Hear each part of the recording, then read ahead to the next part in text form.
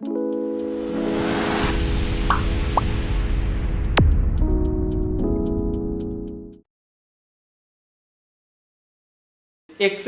কিভাবে একটা সেলকে আরেকটা সেলের সাথে রিলেট করে, কিভাবে সেল রেফারেন্স চেঞ্জ হয়, অ্যাবসলিউট রেফারেন্স কি, রিলেটিভ রেফারেন্স কি, এই জিনিসগুলি আমরা আলোচনা করব।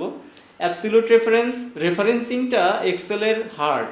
আপনি যদি রেফারেন্সিংটা খুব ভালো করে বুঝতে পারেন তাহলে এক্সেলে যাবতীয় ফর্মুলা ফাংশনে কাজ করতে আপনাদের খুব সুবিধা হবে। চলুন বন্ধুরা আমরা দেখি আজকের ক্লাসে কি কি আছে। Operators in Excel. এক্সেল কিভাবে অপারেট করে? এক্সেলে 4 ধরনের অপারেটর আছে: arithmetic operator, comparison operator, text concatenation operator এবং রেফারেন্স অপারেটর। এরিথমেটিক অপারেটর সে সাধারণত যোগ, বিয়োগ, পূরণ, ভাগ, গুণ এই ধরনের কাজগুলি করে থাকে। এখানে একটা নতুন চিহ্ন আমরা দেখতে পাচ্ছি, ক্যারেট।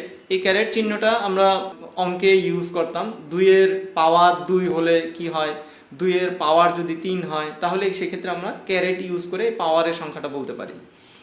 কম্পারিজন অপারেটর, কে কার কোন ঘরের চেয়ে কে সমান, কে ছোট, কে বড়, কে সমান অথবা বড়, সমান অথবা ছোট অথবা অসমান, এই চিহ্নগুলি আমরা আমাদের বিভিন্ন ক্ষেত্রে ইউজ করব।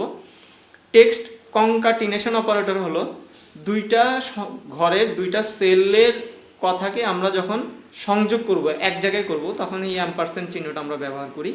রেফারেন্স অপারেটর, রেফারেন্স মানে কোথা থেকে শুরু এবং কোথায় শেষ, তার জন্য আমরা ব্যবহার করি কোলন, কমা এবং স্পেস। তো এই 4টা অংশ দিয়েই, 4টা অপারেটর দিয়ে এক্সেল তার যাবতীয় কার্যক্রম সমাধান করে থাকে। এখানে বলে রাখা ভালো, আমরা ছোটবেলায় পাটিগণিতে সরল অঙ্ক করেছি। সরল অঙ্কের যে নিয়ম করেছি, যে প্রথমে যোগ, বিয়োগ, পূরণ, ভাগ, আমরা একটা ফর্মুলা ইউজ করতাম, অনেকেরই হয়তো বা মনে আছে, বদমাস, যে ব্রেকেটের কাজ আগে, এর কাজ আগে, ভাগের কাজ আগে, যে নিয়ম আমরা ফলো করেছি সেই কাজটাই এক্সেলও সেই লজিকটাই ফলো করে। এরপরে আমরা দেখব সেল রেফারেন্স কিভাবে কাজ করে।